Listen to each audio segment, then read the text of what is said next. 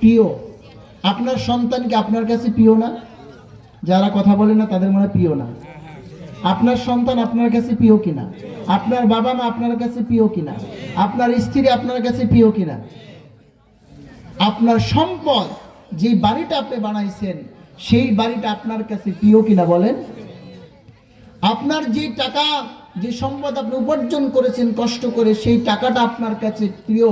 এমনকি টাকা দিয়ে কষ্ট করে আপনি একটা সাইকেল কিনেছেন, সেই সাইকেলটা আপনার কাছে প্রিয়।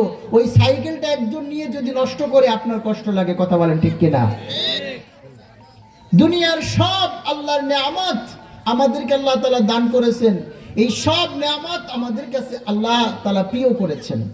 আল্লাহ তাআলা বলছেন, زين للناس حب الشهوات من النساء والبنين والقناطير المقنطرة من الذهب والفضة والخيل المسومة والأنعام والحرث ذلك متاع الحياة الدنيا والله عنده حسن المآب।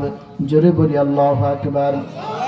আল্লাহ রাব্বুল আলামিন বলেন, যুজ্জিনা লিন্নাস, মানুষের জন্য আমি আকৃষ্ট করে দিয়েছি হুব্বুশ শাহওয়াত, ভালোবাসার বস্তু বানিয়ে দিয়েছি, মিনান নিসা, নারীদেরকে ভালোবাসার বস্তু বানিয়ে দিয়েছি, স্ত্রীদেরকে।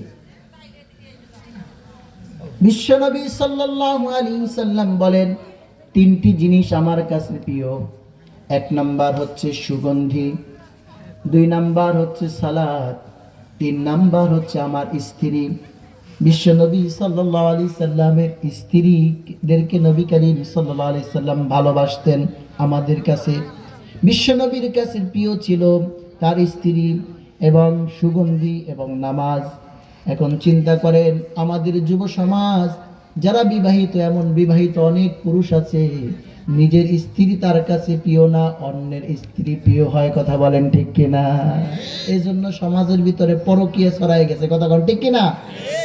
এই যে পরকীয়ার সাথে যারা সম্পৃক্ত হচ্ছে, যারা নিজের স্ত্রীকে রেখে অন্যের সাথে চ্যাটিং করছে, অন্য নারীর সাথে চ্যাটিং করছে, মোবাইলে কথা বলতেছে, তারপরে সাক্ষাৎ করতেছে, ডেটিং করতেছে, যত প্রকার অন্যায় অপরাধ করতেছে, এই পরকীয়ার কাজের সাথে সম্পৃক্ত যারা আছে তাদের জন্য ৬টি ভয়াবহ বিপদ অপেক্ষা করছে, কথা বলেন ঠিক কিনা?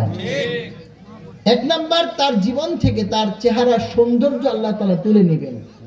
দুই নাম্বার, তার আয় রুজিতে তার বরকত থাকবে না। তিন নাম্বার, তার জীবনে অসুখ বিসুখ লেগে থাকবে, তার পরিবারের ভিতরে শান্তি থাকবে না, এবং সে সর্বশেষ যে বেঈমান অবস্থায় সে ব্যক্তি মৃত্যুবরণ করবে। জোরে বলি নাউজুবিল্লাহ।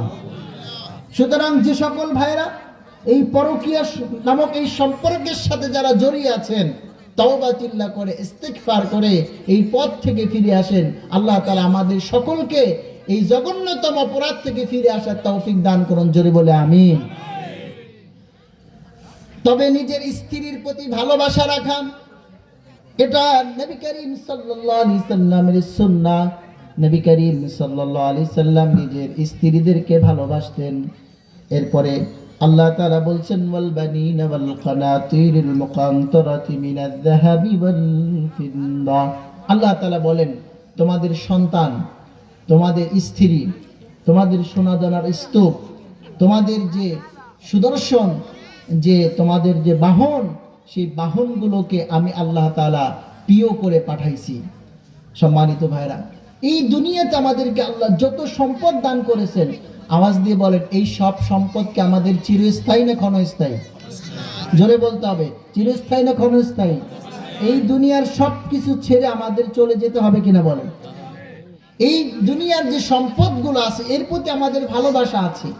কতটা ভালোবাসা? আপনি সারাদিন কষ্ট করেছেন, সারাদিন আপনি মাঠঘাটে কাজ করেছেন, আপনি চাকরি করেছেন, নানান মানুষকে হ্যান্ডেলিং করেছেন, সর্বশেষ আপনি যখন ঘরে যান, ঘরে যখন প্রবেশ করেন, তখন আপনার ছোট্ট বাচ্চাটা যখন আপনার কোলে আসে, আপনার কপালে যখন চুমু দেয়, আপনাকে আব্বু বলে যখন ডাক দেয়, বলেন আপনার সারা দিনের কষ্ট দূর হয়ে যায় কিনা বলেন? যায় কিনা বলেন? তাহলে এই সন্তানের প্রতি আমাদের কি মায়া মহাব্বত, আমাদের যে আল্লাহ তাআলা টাকা পয়সা দিয়েছেন এর প্রতি আমাদের অনেক মহাব্বত, কিন্তু এর কোনো কিছু আমাদের জন্য চিরস্থায়ী নয়। এই সব কিছু একদিন ছেড়ে দিয়ে একদিন এই দুনিয়ার মায়া ত্যাগ করে আমাদেরকে চলে যেতে হবে। কথা বলেন ঠিক কিনা? না গুল আপনা, না খার আপনা, না জালেম বাগবা আপনা, আহ কিস গুলশন মে বানায়া হাসিয়া আপনা। আয় হায়, কি সুন্দর ফুলের বাগান বানাইলাম, এই ফুলের বাগানের ফুলও আমার না, ফুলের কাটাও আমার না। আহা কি সুন্দর বাড়ি বানাইলাম, এর কোনো কিছু আমার না। কথা বলেন ঠিক কিনা? দুনিয়ার এই সব কিছু কোনো কিছু আমার না। একদিন এই সব কিছু ছেড়ে দিয়ে আমাদেরকে আমাদের রবের কাছে হাজিরা দিতে হবে। কথা বলেন ঠিক কিনা? যে কোনো সময় এই সম্পদ ছেড়ে দিয়ে কবরের জগতে চলে যেতে হবে। এই জন্য কবি বলেন, আগাহা আপনে মাউত সে कोई बशर नहीं, समा तो बरस के है पल की खबर नहीं। দুনিয়ার মায়া, দুনিয়ার লোভ লালসার পিছনে আমরা ছুটছি। হায় হায়, আমার বাড়ির সামনে কখন যেন সেই মৃত্যুর পালকিটা চলে আসে, এই ব্যাপারে আমাদের কোনো খেয়াল নাই। কথা বলেন ঠিক কিনা? দুনিয়ার সম্পদ, দুনিয়ার ক্ষমতার লোভ লালসার প্রতি আমরা আকৃষ্ট হয়ে আছি। হাত্তা জুরতুমুল মাকাবির, কবরের মাটি যাওয়া, কবরের মাটি পেটে ঢোকার আগ পর্যন্ত আমাদের লালসা যায় না। ভয়াবহ এক আকৃষ্টে আমরা পড়ে আছি। অথচ এই দুনিয়ার এই সম্পদ আমাদের জন্য চিরস্থায়ী না। একদিনে সব কিছু ছেড়ে আমাদের থেকে, সব কিছু ছেড়ে দিয়ে আমাদেরকে দুনিয়ার মায়া ত্যাগ করে চলে যেতে হবে। কথা বলেন ঠিক কিনা? দুনিয়াতে আমরা চিরকালের জন্য আসি নাই। 2 নাম্বার যে বিষয়টা বলবো, এই দুনিয়ার সম্পদ, এই যে সম্পদ, এটা অনেক সুন্দর করে আল্লাহ তাআলা সুসজ্জিত করেছেন। আপনি দেখেন এখন যে শীতের সময় চলছে, শীতের সময় আপনি যদি চকের ভিতরে যান, সরিষার ফুল আছে না, সরিষার ফুলের যে সুন্দর দৃশ্যটা আপনার চোখ জুড়িয়ে যায়। কথা বলেন ঠিক কিনা? তারপরে আপনি যান কাশ্মীরে যদি যান, দেখবেন সেখানে দৃশ্যগুলো কত চমৎকার। আপনার সন্তান আপনার কাছে কত চমৎকার, আপনার চেহারাটাকে আল্লাহ তাআলা কত সুন্দর করে বানিয়েছেন। পৃথিবীর সম্পদগুলোকে আল্লাহ তাআলা আকৃষ্টময় করেছেন। কিন্তু জানেন, এই সন্তান, এই মা বাবা, এই দুনিয়ার সম্পদ, এই সব কিছু দুনিয়ার, যালিকা মাতাউল হায়াতিদ দুনিয়া, দুনিয়ার সামান্য কিছু দিনের জন্য দেওয়া হয়েছে। এর চেয়ে উত্তম জিনিস আমার রবের কাছে আছে। চিৎকার দিয়ে বলি সুবহানাল্লাহ। আল্লাহু ইনদাহু হুসনুল মাআব, তোমাদের রবের কাছে এর চেয়ে উত্তম জিনিস আছে। সেই উত্তম জিনিস কি আল্লাহ তাও ব্যাখ্যা করে বলে দিচ্ছেন। আল্লাহ বলছেন, দেখেন, কুল আউনাব্বিউকুম বিখাইরিম মিন যালিকুম লিল্লাযীনা তাকাউ ইনদা রাব্বিহিম জান্নাতুন তাজরি মিন তাহতিহাল আনহারু খালিদিনা ফিহা ওয়া আযওয়াজুম মুতাহহারাতুন ওয়া রিদওয়ানুম মিনাল্লাহ আল্লাহু বাসীরুম বিল ইবাদ। জোরে বলি আল্লাহু আকবার। আল্লাহ রাব্বুল আলামিন বলেন, নবী হে আপনি বলুন, যারা নাকি তাকওয়াবান, যারা নাকি খোদাকে ভয় করে, তাদের জন্য এই দুনিয়ার সব সম্পদের চাইতে উত্তম 3টা জিনিস আমি আমার বান্দাদের জন্য রেখেছি। জোরে বলি সুবহানাল্লাহ। কয়টা জিনিস? জোরে বলেন কয়টা? 3টা জিনিস আমাদের জন্য আল্লাহ রাব্বুল আলামিন তৈরি করে রেখেছেন পরকালে। 3টা জিনিস কি? 1 নাম্বার, আল্লাহ তাআলা বলছেন, জান্নাতুম তাজরি মিন তাহতিহাল আনহার, এমন জান্নাত যার তলদেশ দিয়ে ঝর্ণা ধারা প্রবাহিত থাকবে, সেখানে তারা চিরকাল অবস্থান করবে। জোরে বলি সুবহানাল্লাহ। আচ্ছা, আমরা যেখানে বসে আছি এই জায়গাটা, আমাদের পায়ের নিচে কি আছে বলেন তো? আমাদের পায়ের নিচে কি আছে? মাটি। কিন্তু জান্নাতে যদি যান, জান্নাতের যে জায়গাটা হবে, এই জান্নাতের মানুষের পায়ের নিচে থাকবে ঝর্ণা ধারা, কাঁচ গ্লাস ফিটিং থাকবে। সেই গ্লাসের নিচ দিয়ে দেখা যাবে যে মধুর নহর চলে যাচ্ছে, শরাবের নহর চলে যাচ্ছে, সুমিষ্ট পানির নহর চলে যাচ্ছে, চিৎকার দিয়ে বলি সুবহানাল্লাহ। সেখান থেকে তারা ইচ্ছে মতো গ্রহণ করবে। এই জান্নাত কত সুন্দর! জান্নাতের ওয়াজ আপনারা অনেক শুনেছেন, সুতরাং আমি জান্নাতের ওয়াজ করতে চাই না, শুধু একটা উদাহরণ দিতে চাই। কিয়ামতের দিন আল্লাহ রাব্বুল আলামিন এক ব্যক্তিকে ডাক দিবেন, ডাক দিয়ে বলবেন, বান্দা তোমার দুনিয়ার জীবনটা কেমন ছিল? একটু ভালো করে খেয়াল করেন, তোমার দুনিয়ার জীবনটা কেমন ছিল বলো। তখন এই বান্দা বলবে, আল্লাহ দুনিয়ার জীবনে আমার কোনো শান্তি ছিল না, দুনিয়ার জীবনে শুধু কষ্ট করেছি, দুনিয়ার জীবনে নানান ধরনের বিপদ আপদ আমার উপর লেগেই থাকতো, ছেলে সন্তান দিয়ে শান্তি পাই নাই, না ছিল টাকা পয়সা, না ছিল বাড়ি গাড়ি, না ছিল সামাজিক কোনো প্রভাব প্রতিপত্তি, রিক্সা চালাইছি, কষ্ট করে দিন কাটাইছি, জীবনে কোনো দিন শান্তি পাই নাই। এই রকমের দুনিয়াতে একদম শান্তি পায় নাই, এই রকমের একজন ব্যক্তিকে আল্লাহ তাআলা কিয়ামতের দিন ডাক দিয়ে তাকে জিজ্ঞাসা করার পরে সে বলবে, আমার দুনিয়ার জীবন শুধু কষ্টের ছিল। তখন আল্লাহ রাব্বুল আলামিন ফেরেশতাদেরকে বলবেন, ও আমার ফেরেশতারা, তোমরা এই ব্যক্তিকে জান্নাতের ভিতর দিয়ে একটুখানি ঘুরায় নিয়ে আসো। কোথা থেকে ঘুরায় নিয়ে আসো? জান্নাতের মধ্যে থেকে।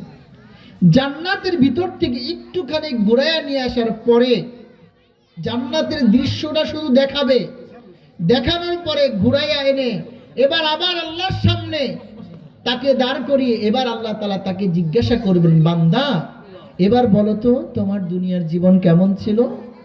তখন বান্দা বলবে, রব্বুল আলামিন আমার দুনিয়ার জীবনকে আমার ইতিপূর্বে কোনোদিন কোনো কষ্ট ছিল না। চিৎকার দিয়ে বলি সুবহানাল্লাহ। জান্নাতের এক মুহূর্ত দৃশ্য দেখে, এক ঝলক দেখে ওই ব্যক্তিটা দুনিয়ার যে কষ্ট ছিল সেই কষ্টটা ভুলে যাবে। তাহলে এই উদাহরণ দিয়ে বুঝতে পারেন জান্নাত নাকি আল্লাহ কত চমৎকার করে বানিয়েছে। জোরে বলি সুবহানাল্লাহ। সম্মানিত ভাইরা, সেই জান্নাত আমরা চাই কিনা? সেই জান্নাত আমরা সকলে যেতে চাই। সম্মানিত ভাইরা, এক নম্বর পুরস্কার আল্লাহ রেখেছেন, এই দুনিয়ার চাইতে অসংখ্য গুণ, হাজার গুণ সৌন্দর্যে মণ্ডিত একটা জান্নাত আল্লাহ তাআলা রেডি করেছেন। দুই নম্বর আল্লাহ তাআলা দিচ্ছেন ওয়া আজওয়াজুম মুতাহহারা, পবিত্র সঙ্গী সঙ্গিনী। পুরুষের জন্য পবিত্র স্ত্রী, নারীদের জন্য পবিত্র স্বামী, সুদর্শন পুরুষ, সুদর্শন স্ত্রী সেখানে তারা লাভ করবে, হুর গিলমান থাকবে সেখানে। দুনিয়ার জীবনে স্ত্রী, দেখেন পবিত্র কথাটা আল্লাহ তাআলা এখানে বলছেন। এই পবিত্রতার অর্থ হচ্ছে এই স্ত্রী কোনোদিন আপনার কথার অবাধ্য হবে না। দুনিয়ার জীবনে আমরা আমাদের স্ত্রীদের কাছ থেকে সর্বোচ্চটুক শ্রদ্ধা ভালোবাসা সবাই পাই না, কথা বলেন ঠিক কিনা? তা পরিপূর্ণ দেয় না, দাম দিতে চায় না। সমাজে অনেক দাম, সবাই সম্মান দেয়, কিন্তু নিজের ঘরে গেলে দাম পাওয়া যায় না, কথা বলেন ঠিক কিনা? কিন্তু আজওয়াজুম মুতাহহারা, জান্নাতে যে স্ত্রী আল্লাহ তাআলা দান করবেন সেই স্ত্রী আপনাকে খুশি করার জন্য সবসময় সদা ব্যস্ত থাকবে। চিৎকার দিয়ে বলি সুবহানাল্লাহ। তিন নাম্বার, জান্নাতের জন্য পরকালে আল্লাহ রাব্বুল আলামিন তিন নাম্বারে যে পুরস্কারটা রেখেছেন সেটা হলো ওয়ারিদওয়ানুম মিনাল্লাহ, আল্লাহ তাআলার সন্তুষ্টি। আল্লাহ তাআলার কি? সন্তুষ্টি। আওয়াজ দিয়ে বলেন, আমরা কি আল্লাহর সন্তুষ্টি চাই না? কারা কারা চাই? দুই হাত আল্লাহকে দেখান তো, লিল্লাহি তাকবীর। আল্লাহ আমাদের কবুল করুন। সম্মানিত ভাইরা, আমরা আল্লাহর ভালোবাসা চাই, আল্লাহর সন্তুষ্টি চাই। আল্লাহর সন্তুষ্টির জন্যই তো আমরা এখানে ওয়াজ শুনতে আসছি, কথা বলেন ঠিক কিনা? না বিরিয়ানির ঘ্রাণে আসছি? কার সন্তুষ্টির জন্য আসছি? আল্লাহর সন্তুষ্টির জন্য আসছি। সন্তুষ্টিটা কেমন দেখেন, আপনি আমি আমরা সবাই আমাদের মাকে ভালোবাসি, ভালোবাসি না? যারা কথা বলেন তারা মানে ভালোবাসে না। আমরা আমাদের মাকে ভালোবাসি কিনা বলেন? যার মা দুনিয়া থেকে বিদায় নিছে তার বুকের দিকে তাকায় দেখেন কি খারখার করে, কি শূন্যতা অনুভব হয় ওই বুকের মধ্যে যার মা দুনিয়া থেকে বিদায় নিয়েছে, কথা বলেন ঠিক কিনা? যার আছে সে বুঝতেছে না কি হারায়, কি আছে তার কাছে, কত বড় সম্পদ আছে। এই সম্পদের কারণে আল্লাহ রাব্বুল আলামিন আপনাকে রিজিক দিচ্ছেন, এই মায়ের কারণে আল্লাহ রাব্বুল আলামিন আপনাকে সম্মানিত করছেন। এই মায়ের দোয়ার বরকতে আপনি লাখ লাখ কোটি কোটি টাকার মালিক হচ্ছেন। এই মায়ের দোয়ার বরকতে আপনি সম্মানিত হচ্ছেন, মর্যাদাবান হচ্ছেন। মা যেদিন হারিয়ে যাবে সেই দিন বুঝবেন যে কি হারালাম। এখনই দেখেন এখানে যারা বসে আছি, আমাদের ভিতরে যাদের মা হারাইছে, প্রত্যেকের বুকের ভিতরে এখন খারখার করতেছে, মা যদি বেঁচে থাকতো। মায়ের ভালোবাসা, মা সন্তানকে ভালোবাসে। সুতরাং এই মায়ের কথা বলছি, আপনি আপনার মাকে সন্তুষ্টির জন্য কাজ করছেন, চেষ্টা করছেন। আপনি রাত্রিবেলা ঘুমাতে গেলেন, ঘুমাতে যাওয়ার আগে আপনি আপনার মায়ের কাছে গেলেন। উদাহরণটা ভালো করে খেয়াল করেন। আপনি আপনার মায়ের কাছে গেলেন, মায়ের কাছে যাওয়ার পরে মায়ের কাছে গিয়ে আপনি মায়ের একটু সেবা করলেন, অথবা আপনি একটু শুয়ে রইলেন। শোয়া অবস্থায় আপনার মাথার কাছে মা এসে আপনার বুকের উপর হাত দিল আর বলল, বাবা আমি তোমার প্রতি সন্তুষ্ট হয়েছি, তোমার প্রতি খুশি হয়েছি। বলেন ওই সময়ের চাইতে সন্তানের জন্য আর কোন উত্তম সময় হতে পারে?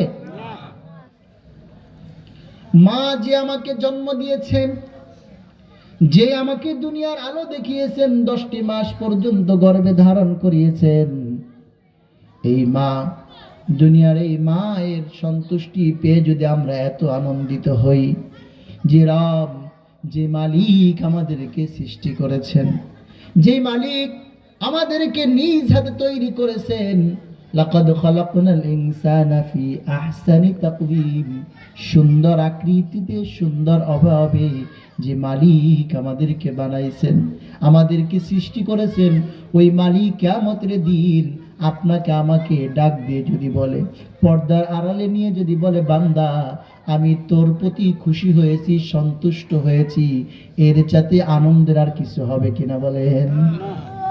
কিয়ামতের দিন বান্দাকে আল্লাহ ডাক দিয়ে যদি বলে, বান্দা আমি তোর প্রতি খুশি, তোর প্রতি সন্তুষ্ট, আমাদের আর জীবন আর কিছু চাওয়ার নাই। কথা বলেন ঠিক কিনা? কারণ এই আল্লাহর সন্তুষ্টির জন্যই আমরা নামাজ পড়ি, এই সন্তুষ্টির জন্যই গভীর রাতে উঠে তাহাজ্জুদের নামাজ আদায় করি, এই সন্তুষ্টির জন্যই তো আমরা গভীর রাতে উঠে ফজরের নামাজের সময় আমরা ওযু করে, ঠান্ডা পানি দিয়ে ওযু করে এই রবের সন্তুষ্টির জন্য ফজরের নামাজ আদায় করি। কথা বলেন ঠিক কিনা? বছরে 1টি মাস পর্যন্ত রোজা রাখি কেবলমাত্র আমার রবের সন্তুষ্টির জন্য, দুনিয়ার কোনো মানুষকে দেখানোর জন্য না। সে রব যদি কিয়ামতের দিন বলে, বান্দা আমি তোমার প্রতি খুশি, তোমার প্রতি সন্তুষ্ট, সেই দিন আমাদের জীবন সাকসেস হয়ে যাবে। কথা বলেন ঠিক কিনা? সুতরাং পরকালে আল্লাহর কাছে কয়টা পুরস্কার আছে? জোরে বলেন কয়টা? 1 হচ্ছে জান্নাত, 2 হচ্ছে উত্তম সঙ্গী, 3 হচ্ছে আল্লাহর সন্তুষ্টি। এই 3টা পুরস্কার আমরা আল্লাহর কাছ থেকে চাই তো সবাই? ইনশাআল্লাহ সবাই চাই তো? কারা কারা চান? দিয়ে তো আল্লাহকে দেখান। লিল্লাহি তাকবীর। আল্লাহ আমাদের সকলকে এই পরকালে 3টা পুরস্কার আমাদেরকে দান করো। জোরে বলে আমিন। এই 3টা পুরস্কার পাওয়ার জন্য আমাদেরকে 6টা কাজ করতে হবে। কয়টা কাজ করতে হবে? এতক্ষণই তো ভালো ছিলাম হুজুর, ওয়াজ, এখন আবার কাজ দেওয়া শুরু করছেন। কাজ দিলে তো করা কঠিন। ওয়াজ বলেন, ওয়াজ করি, ওয়াজ শুনেন, ওয়াজ শুনি আপনি বলেন, কিন্তু কাজ দিয়েন না। কাজ করাটা কঠিন, আমল করাটা কঠিন, কিন্তু আপনাদের জন্য কি কঠিন? আমল করা কি কঠিন? করবেন তো ইনশাআল্লাহ? কয়টা কাজের কথা বলছি? জোরে বলেন কয়টা? আরো জোরে কয়টা? 6টা কাজ আজকে আমরা এখান থেকে নিয়ে যাব ইনশাআল্লাহ। এই 6টি কাজ যদি আমরা করতে পারি, আল্লাহ তাআলা আমাদেরকে পরকালে 3টা পুরস্কার দান করবেন। জোরে বলি মারহাবা। সম্মানিত ভাইরা, খুব মনোযোগের সাথে 6টি কাজ আজকে আমরা মুখস্থ করে নিয়ে যাব। 1 নাম্বার, আল্লাহর কাছে দোয়া করা। আল্লাহর কাছে কি করা? দোয়া করা। আল্লাহ তাআলা বলছেন, আল্লাযীনা ইয়াকুলুনা রাব্বানা ইন্নানা আমান্না ফাগফির লানা যুনুবানা ওয়া কিনা আযাবান নার। যারা নাকি বলে, হে আমার রব, হে আমার আল্লাহ, আমি তোমার প্রতি ঈমান এনেছি, ফাগফির লানা, কাজী তুমি আমাকে ক্ষমা করো, মাফ করো, দয়া করো, মায়া করো, মেহেরবানি করে আমাকে ক্ষমা করো, যুনুবান, আমার পাপগুলোকে মোচন করে দাও। ওয়াকিনা আযাবান নার, আমাকে তুমি জাহান্নামের আগুন থেকে বাঁচাও। এইভাবে যদি কোন বান্দা আল্লাহর তাআলার কাছে দোয়া করে, আমার ভাইরা লক্ষ্য করুন, দুনিয়ার কোন মানুষের কাছে আপনি কিছু চাইবেন, যার কাছে চাইবেন সে কিন্তু খুশি মনে দেয় না, যদিও দেয় মনটা নরম করে দেয় না, সে কিন্তু একটু একটু মন খারাপ করিয়ে দেয়, আনন্দের সাথে আপনাকে কিছু দেয় না। কিন্তু আমার আপনার রব, আমার আল্লাহ এমন দয়ালু, এমন মেহেরবান, তিনি আল্লাহ রাব্বুল আলামিনের কাছে যে চায় আল্লাহ তাআলা তার প্রতি খুশি হয়ে যান। জোরে বলি সুবহানাল্লাহ।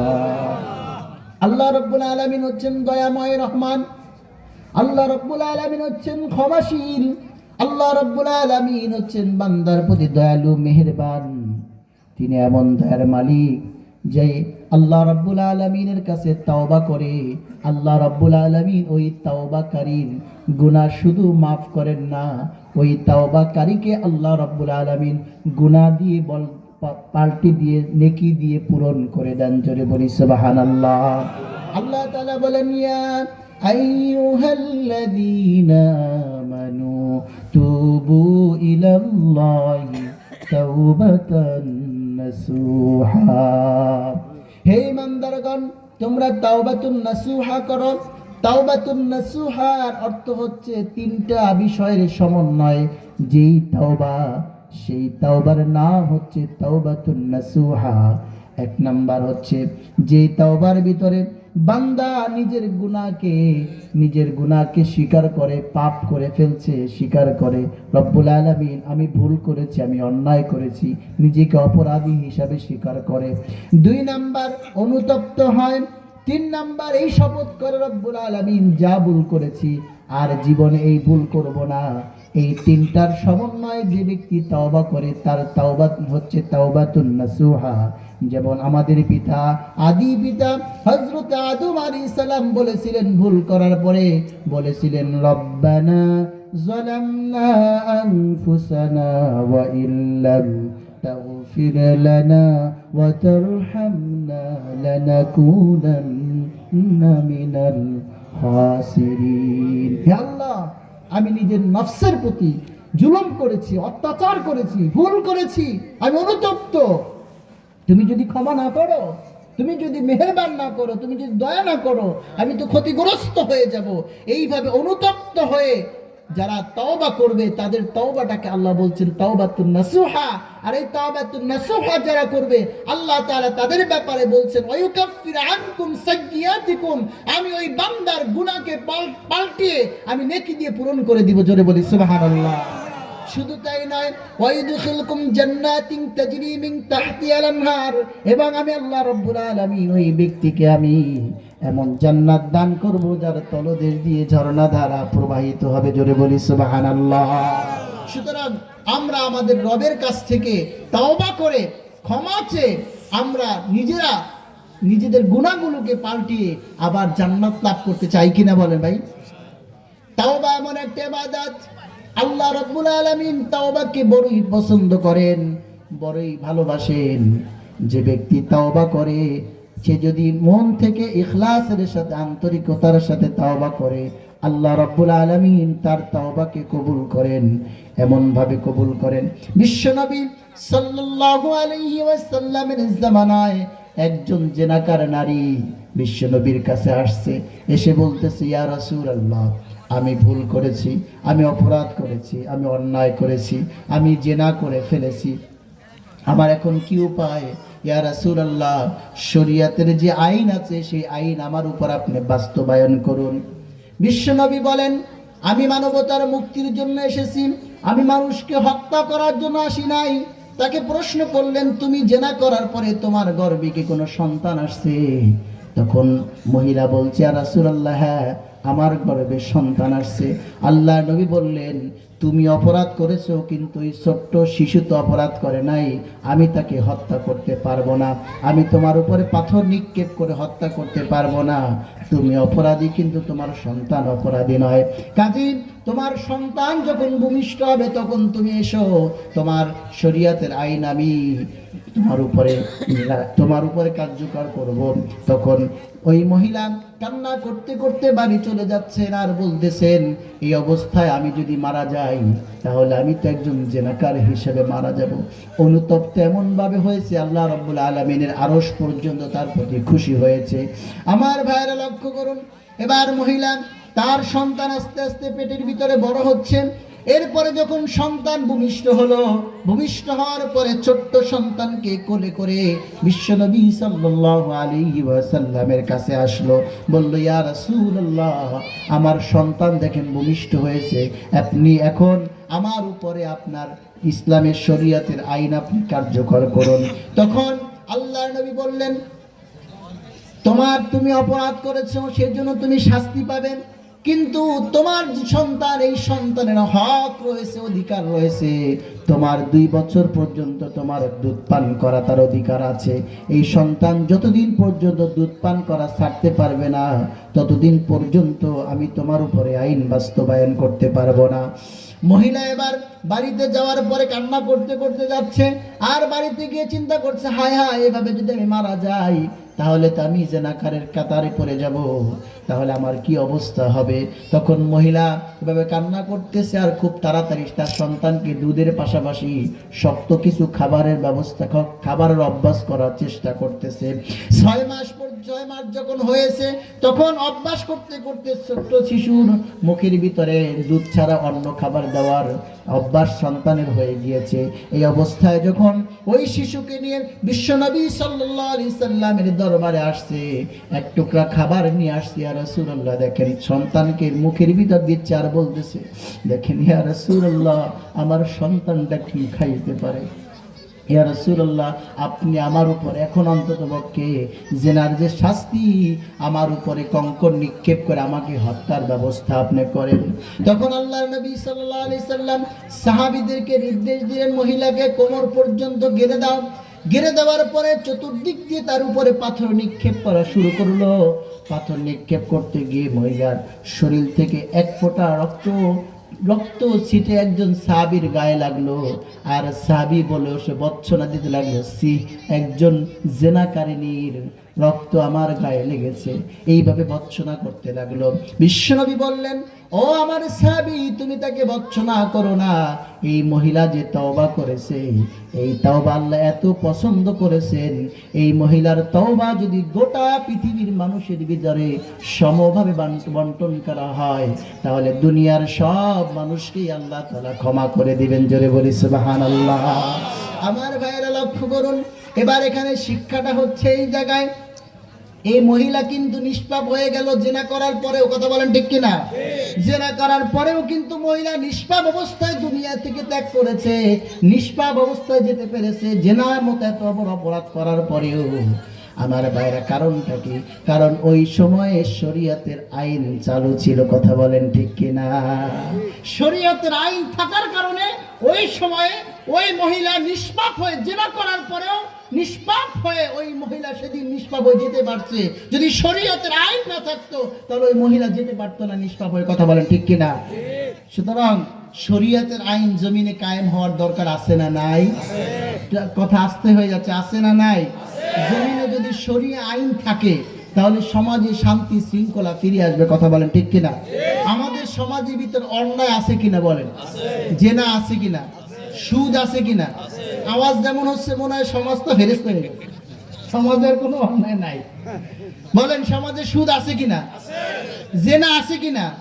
ঘুষ আছে কিনা? চাঁদাবাজি আছে কিনা? দখলদারি আছে কিনা? অন্যায় অপরাধ সমাজে আছে কিনা বলেন? এই অন্যায় অপরাধ সমাজের ভিতর আছে, মানুষের ভিতরে শান্তি নাই। এই শান্তি ফিরে আনতে পারে একমাত্র আল কোরআনের শরীয়ত আইন, কথা বলেন ঠিক কিনা? শরীয়তের আইন ছাড়া এই সমাজের ভিতরে শান্তি শৃঙ্খলা কোনোদিন ফিরে আসতে পারে না। শরীয়তের আইন ছাড়া আমাদের নবী, মাফ করবেন, আমাদের নবী মুহাম্মদ সাল্লাল্লাহু আলাইহি সাল্লাম শরীয়তের আইন ছাড়া, কোরআন ছাড়াও তিনি 23 বছর চেষ্টা করেছেন সমাজকে পরিবর্তন করতে, কিন্তু পারেন নাই। যখন শরীয়ত কোরআন আসছে, পরের 23 বছর তিনি চেষ্টা করে শরীয়তের আইন দিয়ে সমাজকে পরিবর্তন করেছেন। জোরে বলি সুবহানাল্লাহ। বলবেন কিভাবে? বিশ্বনবী সাল্লাল্লাহু আলাইহি সাল্লাম বয়স যখন 17 বছর, কত বছর? জোরে বলেন, কত বছর? 17 বছর। 17 বছর বয়সে বিশ্বনবী সাল্লাল্লাহু আলাইহি সাল্লাম দেখলেন সমাজে এত অসঙ্গতি, নারী পুরুষে ভেদাভেদ, সমাজে কত অপকর্ম, মানুষে মানুষে খুনাখুনি করে, কত অশান্তি। এই অশান্তিমূলক সমাজকে কিভাবে পরিবর্তন করা যায়, এই পরিবর্তন করার জন্য তিনি একটি সংগঠন করলেন। সেই সংগঠনের নাম ছিল হিলফুল ফুজুল। কথা বলেন ঠিক কিনা? সেই সংগঠনের নাম কি ছিল? হিলফুল ফুজুল। তিনি 17 বছর বয়সে তিনি হিলফুল ফুজুল সংগঠন করলেন। 17 বছর থেকে শুরু করে 40 বছর পর্যন্ত কত বছর হয়? 23 বছর। কত বছর হয়? এটা আওয়াজ দিয়ে বলেন, কত বছর? এই 23 বছর তিনি চেষ্টা করেছেন, কিন্তু সমাজে তেমন কোনো পরিবর্তন করতে পারেন নাই। কিন্তু 40 বছর বয়সে যখন নবীজির উপর নবুয়ত আসলো, আল কোরআন আসলো, এই আল কোরআন দিয়ে নবী করিম সাল্লাল্লাহু আলাইহি সাল্লাম যখন মক্কায় শাসন করলেন, মক্কা থেকে যখন তিনি আস্তে আস্তে মক্কা দাওয়াতি কাজ করতে লাগলেন কোরআনের, 12 বছর 13 বছর পর্যন্ত মক্কায় তিনি অবস্থান করলেন। এরপরে তিনি যখন মদিনায় চলে গেলেন, মদিনায় যাওয়ার পরে এই কোরআন দিয়ে যখন মদিনায় রাষ্ট্র পরিচালনা করলেন, সেই সমাজের মানুষের ভিতরে সকল দুঃখ দুর্দশা, সকল দুঃখ কষ্ট, সকল অশান্তি দূর হয়ে গেল। একটি শান্তিপূর্ণ কোরআনের একটি সমাজ গঠন হয়ে গেল। কথা বলেন ঠিক কিনা? কেমন সমাজ? যেই সমাজে নাই চুরি, যেই সমাজে নাই ডাকাতি, যেই সমাজে নাই খুন, যেই সমাজে নাই জেনা, যেই সমাজে নাই ব্যভিচার, যেই সমাজে নাই অশান্তি, যেই সমাজে নাই ক্ষুধা দারিদ্রতা, সেই সমাজ একটা শান্তিপূর্ণ সুন্দর সমাজ আল্লাহ নবী সাল্লাল্লাহু আলাইহি সাল্লাম কোরআনের মাধ্যমে এনে দিয়েছিলেন। কথা বলেন ঠিক কিনা? সম্মানিত ভাইরা, এমন একটি সমাজ গঠন করলেন, যেই সমাজ বিশ্বনবী সাল্লাল্লাহু আলাইহি সাল্লাম দুনিয়া থেকে চলে গেলেন। চলে যাওয়ার পরে প্রথম খলিফা কে হলেন? আবু বকর। কে হলেন? আমরা ইসলামের উপরে এত জ্ঞান রাখি, প্রথম খলিফার নামই জানি না। প্রথম খলিফার নাম কি? জোরে বলতে হবে। প্রথম খলিফার নাম কি? আজকে অন্তত পক্ষে ভালো করে জেনে নেন। প্রথম খলিফার নাম কি? হযরত আবু বকর রাদিয়াল্লাহু তাআলা আনহু। তার আমলে প্রধান বিচারপতি হলেন হযরত ওমর রাদিয়াল্লাহু তাআলা আনহু। প্রধান বিচারপতি কে? ওমর রাদিয়াল্লাহু তাআলা আনহু। ওমর রাদিয়াল্লাহু তাআলা 1 বছর পর্যন্ত প্রধান বিচারপতি দায়িত্ব পালন করতেছেন। 1 বছর পর্যন্ত প্রধান বিচারপতি দায়িত্ব পালন করার পরে 1 বছর পরে আবু বকর রাদিয়াল্লাহু তাআলা আনহুর কাছে এসে ওমর রাদিয়াল্লাহু তাআলা বলতেছেন, ভাই আমিরুল মুমিনিন, মেহেরবানি করে আমাকে আপনি এই প্রধান বিচারপতির দায়িত্ব থেকে অব্যাহতি দিন। বলতেছে, কেন? আপনার মতো উপযুক্ত দ্বিতীয়ত আর কোনো বিচারপতি আমি দেখি না। আপনি তো বিচক্ষণ বিচারক, সুতরাং আপনাকে কেন সরাবো? বলতেছে, 1 বছর পর্যন্ত আমি প্রধান বিচারপতি রইলাম, কিন্তু আমার আদালতে, আমার বিচারালয় 1 বছরের মধ্যে একটা মামলা আসলো না। জোরে বলি সুবহানাল্লাহ। এখন মনে হয় সমাজে মামলা নাই। মামলা আছে? কত মামলা? হাজার হাজার, ঠিক কিনা বলেন? হাজার হাজার মামলা এই যে থানায় পড়ে আছে, হাজার হাজার মামলা, প্রতিদিন মামলা। মামলার জন্য সমাজের মানুষ মামলা করতে ভয় পায়। মামলা করলে সমাজের মামলার পিছনে ছুটতে ছুটতে উকিলে দিতে দিতে, পুলিশে দিতে দিতে শেষ। কথা বলেন ঠিক কিনা? কিন্তু 1 বছর পর্যন্ত একটা দেশে একটাও মামলা হয় না, তাহলে সেই দেশটা কত সুন্দর। সুবহানাল্লাহ বলবেন না? 1 বছর পর্যন্ত একটা মামলা হয় না। তখন ওমর রাদিয়াল্লাহু তাআলা আনহুকে আবু বকর রাদিয়াল্লাহু তাআলা আনহু বলছেন, ভাই ওমর, বলেন তো কেনই মামলা হয় না? তখন ওমর রাদিয়াল্লাহু তাআলা আনহু বলছেন, আদ-দীন ওয়ান নাসিহা, দিন হচ্ছে উপদেশের ধর্ম, কল্যাণকামিতার ধর্ম। যখন প্রত্যেক মানুষ প্রত্যেকের কল্যাণ কামনা করে, সেই সময় সেই সমাজে কি অশান্তি থাকতে পারে? আচ্ছা বলেন, আপনি যদি আমার ভালো চান, তাহলে আপনি কি আমার কোনো ক্ষতি করতে পারবেন? কথা বলে না, ক্ষতি করতে পারবেন? আমি যদি আপনার ভালো চাই, আপনাকে আমি খুন করতে পারবো? আপনার জমিকে আমি দখল করতে পারবো? সুতরাং আমরা যদি সবাই সবার ভালো চাই, তাহলে সমাজটা ভালো হয়ে যাবে। কথা বলেন ঠিক কিনা? সবাই ভালো চায় সবার। এই জন্য আর সেই সমাজে এইরকম একটি শান্তিপূর্ণ সমাজ ছিল এই কারণে, কারণ সেই সমাজে কোরআন ছিল। কথা বলেন ঠিক কিনা? সেই কোরআনের সমাজ বাংলাদেশে কায়েম হোক, এটা আমরা চাই কিনা সবাই? কোরআনের সমাজ বাংলার জমিনে কায়েম হোক, এটা আমরা সবাই চাই তো ইনশাআল্লাহ। শরীয়ত আইন বাংলাদেশে কায়েম হোক, এটা আমরা সবাই চাই তো ইনশাআল্লাহ। যদি সেটা চাই, আমাদেরকে কি করতে হবে? কারণ সমাজের অশান্তি তো আমাদের দূর করতে হবে, সমাজের চুরি ডাকাতি জেনা ব্যভিচার দূর করতে হবে। সম্মানিত ভাইরা, একটা উদাহরণ আমি ম্যাক্সিমাম জায়গায় দেই। আপনাদের এখানেও দিচ্ছি বোঝার জন্য। এখন শীতের সময়, কিসের সময়? না গরমের সময়? শীতের সময়। চাদর পরে আছেন, বোঝা যাচ্ছে শীতের সময়, ফ্যান চলে না। এখন দেখেন আপনার মাথার উপরে, আমাদের মাথার উপরে যদি একটা কেউ ফ্যান ছাড়িয়ে দেয়, তাহলে এখন বলেন ফ্যান যদি ছাড়ে শীত আরো কম লাগবে না বেশি লাগবে? একটু জোরে বলতে হবে, শীত কম লাগবে না বেশি লাগবে? এখন কি করা লাগবে? ফ্যানটা কি করা লাগবে? ফ্যানটা কি করা লাগবে? বন্ধ করতে হবে। এখন বন্ধ করার জন্য এখন ব্যবস্থা একটা আছে কিনা বলেন? সেই ব্যবস্থা আমরা বাদ দিলাম। আপনি একটা দাও নিলেন, আমি একটা কুড়াল নিলাম, আর একজন একটা বাঁশ নিল, আর একজন একটা খন্তা নিল। এইটা নিয়ে যার কাছে দাও আছে ফ্যানের উপর মারলো, যার কাছে কুড়াল আছে কুড়াল মারলো, বাঁশ মারলো। আচ্ছা, এইভাবে মারার পরে এই কি ফ্যান কি বন্ধ হবে? বরঞ্চ মানুষ হতাহত হবে। কথা বলেন ঠিক কিনা? কারো মাথা ফাটবে, ক্ষতিগ্রস্ত হবে, হাত পা ভেঙে যাবে, ক্ষতিগ্রস্ত হবে, কিন্তু ফ্যান বন্ধ হবে না। এত কিছু না করে যদি একজন মসজিদের ইমাম সাহেব আসতে যায়, যদি যেখানে সুইচটা আছে সুইচটা যদি বন্ধ করে দেয়, তাহলে ফ্যান কি অটোমেটিক বন্ধ হবে কি হবে না? হবে না? তাহলে সমাজে চুরি আছে, সমাজে অশান্তি আছে, সমাজে সুদ আছে, ঘুষ আছে, অন্যায় আছে, অপরাধ আছে। এই অপরাধ অন্যায় অবিচার দূর করার জন্য আমরা আলেম ওলামারা মাঠে ময়দানে ওয়াজ করি। কথা বলেন ঠিক কিনা? মসজিদে ইমাম সাহেব বয়ান করে, তারপরে মনে হয় সমাজে আর চুরি নাই। এমন আছে যে মসজিদের ভিতরে চুরি হয়। কথা বলেন ঠিক কিনা? শুধু চুরি নাই এমন না, সমাজে মসজিদের ভিতরে চুরি হয়। আমি যে মসজিদে জুমার নামাজ পড়াই, এই 2-3 মাসখানেক আগে সেই মসজিদে আইপিএসটা চুরি হয়ে গেছে। এমন একটা সমাজ, মসজিদের জিনিসও নিরাপদ না। কিন্তু ওয়াজ তো চলতেছে ঠিকই, বয়ান তো ঠিকই চলতেছে, কিন্তু দূর হচ্ছে না। দূর হবে কিভাবে? জায়গা মতো যেখানে গিয়ে সুইচটা বন্ধ করা লাগবে, ওই জায়গায় আমরা সুইচটা নিয়ে বন্ধ করতেছি না বলে সব বন্ধ হচ্ছে না। কথা বলেন ঠিক কিনা? যুবকেরা মোবাইল চালায়, মোবাইলের ভিতরে পর্নোগ্রাফি আছে কিনা, খারাপ ভিডিও আছে কিনা বলেন? এখন এই খারাপ ভিডিওর জন্য ওয়াজ আমরা কম করি, হুজুররা কম করে, এইগুলো দেখা যাবে না, এগুলো খারাপ জিনিস, এগুলো ওয়াজ চলতেছে।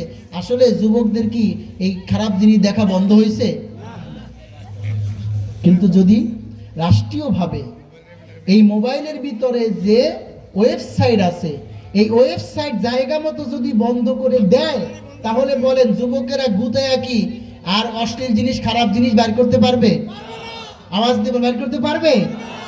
যদি রাষ্ট্রীয়ভাবে আইন হয় যে আগামীকাল থেকে প্রত্যেকটা মুসলমান পুরুষ মসজিদে গিয়ে 5 ওয়াক্ত নামাজ জামাতের সাথে আদায় করতে হবে, যদি আদায় না করে আইন পাশ হলো, গেজেট হলো যে তাকে 20,000 টাকা জরিমানা দিতে হবে, 6 মাসে জেল দিতে হবে, এই রকমের আইন যদি জারি হয়ে যায়, তাহলে বলেন সামাজিকের বেনামাজি খুঁজে পাওয়া যাবে? এই কাজটা তো আমরা বুঝি না। জায়গা মতো কোরআনকে নিতে হবে। কথা বলেন ঠিক কিনা? যদি জায়গা মতো আমরা কোরআনকে নিতে পারি, ইসলামের অনুশাসন শরীয়তের আইনকে নিতে পারি, ইনশাআল্লাহ সমাজে পরিবর্তন করে দিবেন কে? আল্লাহ। সম্মানিত ভাইরা, বলতেছিলাম আল্লাহর কাছে 3টা পুরস্কার পাওয়ার জন্য আমাদেরকে 6টা কাজ করতে হবে। কয়টা? আরো জোরে বলেন, কয়টা? আরো জোরে। 6টা কাজ করতে হবে। 1 নাম্বার কাজ হচ্ছে আল্লাহর কাছে দোয়া করতে হবে, ক্ষমা চাইতে হবে, মাফ চাইতে হবে, তওবা করতে হবে। 2 নাম্বার, আল্লাহ রাব্বুল আলামিন সুন্দর করে বলছেন আস-সাবিরিন, আমাদেরকে ধৈর্যশীল হতে হবে। কি হতে হবে? আরো জোরে বলেন, কি হতে হবে? কেমন ধৈর্যশীল হতে হবে? বিশ্বনবী সাল্লাল্লাহু আলাইহি ওয়াসাল্লামকে কাফেররা হতাহত করেছে, বিশ্বনবীর উপর নির্যাতন করেছে। তায়েফের ময়দানে বিশ্বনবী সাল্লাল্লাহু আলাইহি সাল্লামের শরীরের ভিতরে পোকামাকড় পড়া, এমনকি মশা মাছি পড়া হারাম ছিল।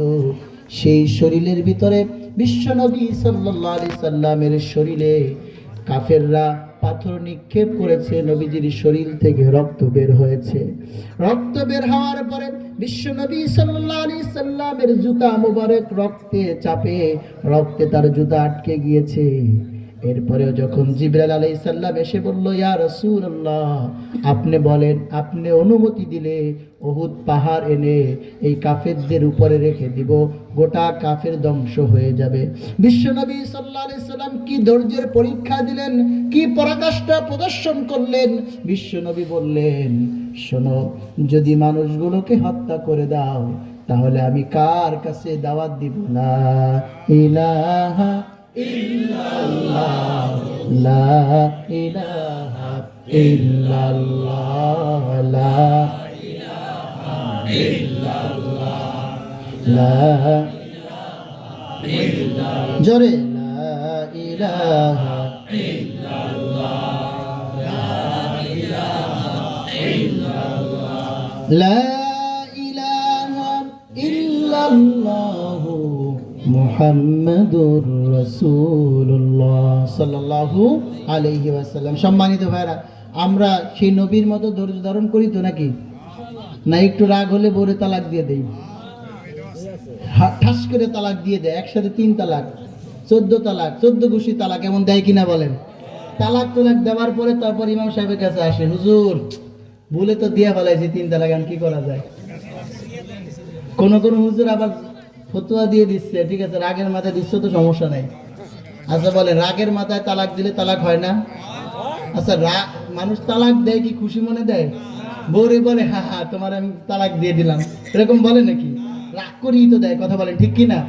সুতরাং আপনি 3 তালাক দেওয়ার পরে জীবনে আর কোনোদিন ওই স্ত্রীকে ফিরে পাওয়ার কোনো অপশন নাই, কথা বলেন ঠিক কিনা? রাগের মাথায় স্ত্রীকে তালাক দিলে আপনি কি খেলনা পেয়েছেন? একটা সম্পর্ককে আপনি খেলনা পেয়েছেন? সুতরাং আমাদের ধৈর্য ধারণ করতে হবে। কি করতে হবে? ধৈর্য ধারণ। আল্লাহর কাছ থেকে 3টা পুরস্কার পাওয়ার জন্য 2 নাম্বার কাজ, আমাদের ধৈর্যশীল হতে হবে। কি হতে হবে? ধৈর্যশীল। জোরে বলেন, কি হতে হবে? ধৈর্যশীল। 3 নাম্বার ওয়াসাদিকিন। 3 নাম্বার হচ্ছে সত্যবাদী হতে হবে। কি হতে হবে? আমরা তো সবাই সত্যবাদী নাকি? মিথ্যা কথা বলি না তো? সমাজের ভিতরে মিথ্যা কথা নাই, আছে না নাই? আছে, অহরহ আছে। মিথ্যা কথা, মিথ্যা সাক্ষী, মিথ্যার ছয়লাভ হয়ে আছে। এখন নির্বাচন আসতেছে, দেখবেন যে কত নেতারা এসে মিথ্যা কথা বলে যাবে, কথা বলেন ঠিক কিনা? অনেক প্রতিশ্রুতি দিবে, নির্বাচনের পর নেতাদের খোঁজও পাওয়া যায় না, কথা বলেন ঠিক কিনা? সবাই একরকম না। সুতরাং মিথ্যা কথা, মিথ্যা কাজ থেকে বিরত থাকতে হবে। আচ্ছা বলেন, রোজা কেমন ইবাদত? ফরজ ইবাদত না? রমজান মাসে রোজা রাখা ফরজ কিনা বলেন? এই ইবাদত আল্লাহর কাছে অসংখ্য পছন্দনীয় ইবাদত। আল্লাহর নবী আল্লাহ তাআলা হাদিসে কুদসির ভিতরে বলছেন, রোজাদারের সারাদিন রোজা রাখার পরে সন্ধ্যা বেলায় যখন তার মুখ থেকে যে একটু দুর্গন্ধ আসে, এই দুর্গন্ধটা আল্লাহ তাআলার কাছে মিশক আম্বরের চেয়ে সুঘ্রাণ। জোরে বলি সুবহানাল্লাহ। তাহলে বোঝা গেল এই রোজাকে আল্লাহ অনেক পছন্দ করে। কয়দিন পরে আসতেছে, কথা বলেন ঠিক কিনা? আমরা রোজা রাখবো তো ইনশাআল্লাহ। এখন দোয়া করতে হবে আল্লাহর কাছে, একটা দোয়া আল্লাহ নবী শিখাইছেন, আল্লাহুম্মা বারিক লানা ফি রজবা ওয়া শাবান ওয়া বাল্লিগনা রমাদান। হে আল্লাহ, তুমি আমাদেরকে রজব এবং শাবানের বরকত দান করো আর রমজান পর্যন্ত পৌঁছে দাও। জোরে বলি, চিৎকার দিয়ে বলি আমিন। সম্মানিত ভাইরা, এই রোজা মাস রোজা রাখা অবস্থায় আল্লাহ তাআলার কাছে এত পছন্দনীয় ইবাদত, এই পছন্দনীয় ইবাদত রাখা অবস্থায় যে ব্যক্তি মাল্লাম ইয়াদা কাওলাজ জুরি ওয়াল আমাল বিহি ফালাইসা লিল্লাহি হাজাতুন তুআমাহু ওয়া শারাবাহু। বিশ্বনবী বলেন, যে ব্যক্তি রোজা রাখলো কিন্তু মিথ্যা কথা, মিথ্যা কাজ ছাড়তে পারলো না, তার না খেয়ে থাকা আল্লাহর কোনো যায় আসে না, কথা বলেন ঠিক কিনা? সুতরাং আমরা মিথ্যা ছেড়ে দেব, পারা যাবে ইনশাআল্লাহ। সবসময় সত্যের উপরে থাকবে, এটা 3 নম্বর আমল। 4 নম্বর, আল্লাহ রাব্বুল আলামিন বলছেন ওয়াল কানিতিন। 4 নম্বর হচ্ছে বিনয়ী হওয়া, অনুগত হওয়া। আমরা আল্লাহ তাআলার কাছে অনুগত হই। 5 ওয়াক্ত নামাজে রুকু করি কাকে? আওয়াজ দিয়ে বলতে হবে কাকে? সিজদা করি কাকে? আল্লাহ তাআলাকে সিজদা করে আমরা প্রমাণ করি যে রব্বুল আলামিন, আমরা তোমার গোলাম, আমরা তোমার বান্দা, সুতরাং আমি তোমার কাছে মাথা নত করেছি। 5 ওয়াক্ত নামাজে যেভাবে আল্লাহর কাছে অনুগত থাকি, আমার ব্যবসা আল্লাহর কাছে অনুগত থাকতে হবে। কথা বলেন ঠিক কিনা? নামাজ 5 ওয়াক্ত পড়েন কিন্তু মাঝে মাঝে সুদে টাকাও লাগান, এটা কি চলবে? হারাম। তবে এই দেখেন মুরব্বি বলতেছে এইটাই চলে বেশি, তার মানে কথা সত্য। যারা সুদ খায় এরা টুপি মাথায় দেয়, ঠিক কিনা? টুপি মাথায় দিয়ে ভদ্র সাজে, মনে করে যে আমি কত আল্লাহ বলি, আসমান থেকে ফেরেশতা নাইমে আসছে। কথা কোন ঠিক কিনা? অথচ সুদ খায়। এই রকমের কুলাঙ্গার সমাজে আছে না নাই? যেমনি ভাবে নামাজে আমরা আল্লাহর ইবাদত করি, আল্লাহর কাছে মাথা নত করি, অনুগত হই, ঠিক তেমনি ভাবে আমাদেরকে আমাদের ব্যবসায় আল্লাহর আইন মানতে হবে, আমাদের সমাজে আল্লাহর আইন মানতে হবে, আমাদের রাষ্ট্রে আল্লাহর আইন মানতে হবে। আমাদের রাজনীতিতে কার আইন মানব? কথা বলেন, কার আইন? আল্লাহর আইন অনুযায়ী রাজনীতি করব, আল্লাহর অনুযায়ী সমাজনীতি করব, আল্লাহর আইন অনুযায়ী ব্যবসা করব, আল্লাহর আইন অনুযায়ী নামাজ পড়ব। আমাদের যাবতীয় কাজ হবে কার আইন অনুযায়ী? জোরে বলেন, কার আইন অনুযায়ী? আল্লাহর। 5 নাম্বার আল্লাহ তাআলা বলছেন ওয়াল মুনফিকিন, যারা নাকি আল্লাহ তাআলার পথে দান সদকা করে। কি করে? জোরে বলেন, কি করে? দান সদকা করা ভালো না খারাপ? আমরা করি তো সবাই, কম বেশি করি ইনশাআল্লাহ। দান করা, আল্লাহর পথে খরচ করা, এটা হচ্ছে আল্লাহ তাআলার কাছে মুহসিনিন বান্দা হওয়ার জন্য অন্যতম একটি বৈশিষ্ট্য হচ্ছে মুহসিনিন হওয়ার জন্য আল্লাহর পথে খরচ করা। আল্লাহ বলছেন আল্লাযীনা ইউনফিকুনা ফিস সাররাই ওয়াদ দাররাই ওয়াল কাযিমিনাল গায়যা ওয়াল আফিনা আনিন নাস আল্লাহু ইউহিব্বুল মুহসিনিন। যারা নাকি সচ্ছল অসচ্ছল উভয় অবস্থায় আল্লাহ তাআলার পথে দান করে, নিজেরা মানুষকে ক্ষমা করে, নিজের রাগকে কন্ট্রোল করে, আল্লাহ তাআলা বলছেন এই সকল মুহসিনিনদেরকে আমি আল্লাহ ভালোবাসি। জোরে বলি সুবহানাল্লাহ। সুতরাং আমরা মুহসিনিন হতে চাই তো সবাই ইনশাআল্লাহ। মুহসিনিন হতে হলে আমাদেরকে আল্লাহর পথে দান করতে হবে। পারা যাবে ইনশাআল্লাহ? আল্লাহর পথে খরচ করতে হবে। সাহাবায়ে কেরাম তাদের দানের 75% আল্লাহর রাহে আল্লাহর পথে খরচ করত। কত পার্সেন্ট?